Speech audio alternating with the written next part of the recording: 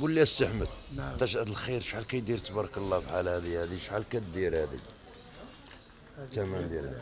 100 درهم. 90 درهم نبيع 100 ديالها. درهم 100 درهم مزيان بحال هادشي 100 درهم تبارك الله.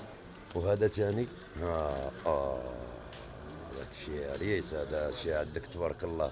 هذا كون كنتي عندنا في سطات يعني الصراحة، كون كنتي في سطات ثاني 50 درهم. 50 درهم خويا.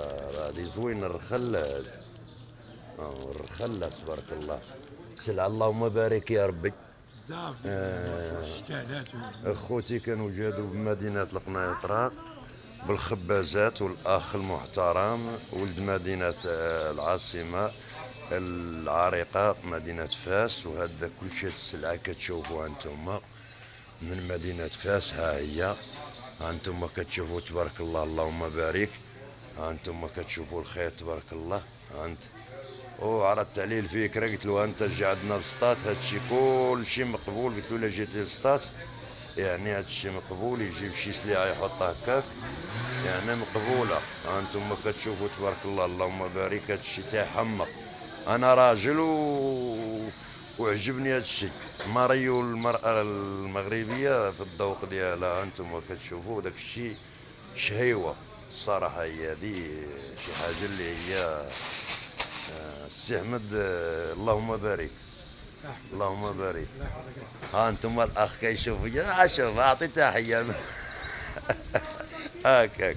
انتم كتشوفوا اللهم بارك. سمع شي حاجه اللي هي جميله جميله يعني بالصراحه. المرأة المغربية التقليدي يواتيها.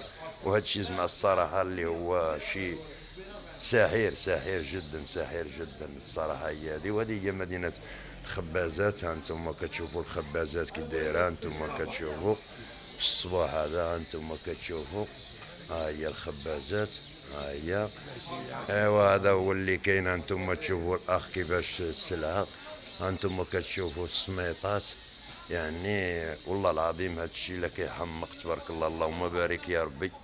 ايوا المهم انتم شتو هذا درناه للذوق اللي بغى يجي وجا لمدينة القنيطرة يسول على الخبازات ويشوف السي احمد الفاسي ها هو، ويلحق لعنده هنا ويتقدى من عنده.